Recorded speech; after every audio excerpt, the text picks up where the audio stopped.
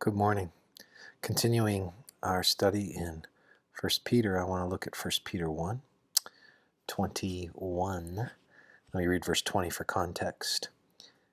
He was foreknown before the foundation of the world, but was made manifest in the last times for the sake of you, who through him, that is, through Jesus, are believers in God, who raised him from the dead and gave him glory, so that your faith and hope are in God.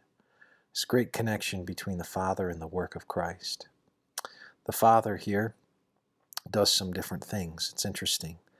Remember that the context of the preceding few verses is about the sacrifice of Jesus. So immediately we see something about his death, and it's through that that we are made believers in God. Through him, we are believers in God, but the reference to him certainly embodies his work on the cross. Who raised him from the dead, that is, that the Father raised the Son from the dead and gave the Son, glory, so that your faith and hope are in God. What I want you to see is that verse 21 brings together a little bit of a capstone to the context here.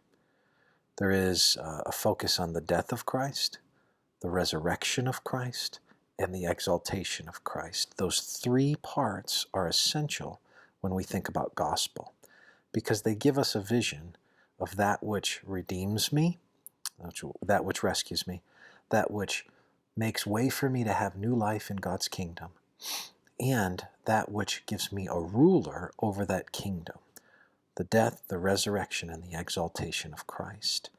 So those three are very much key components of what we understand gospel to be, because they really embody the mission of Jesus in that way, along with his life of obedience.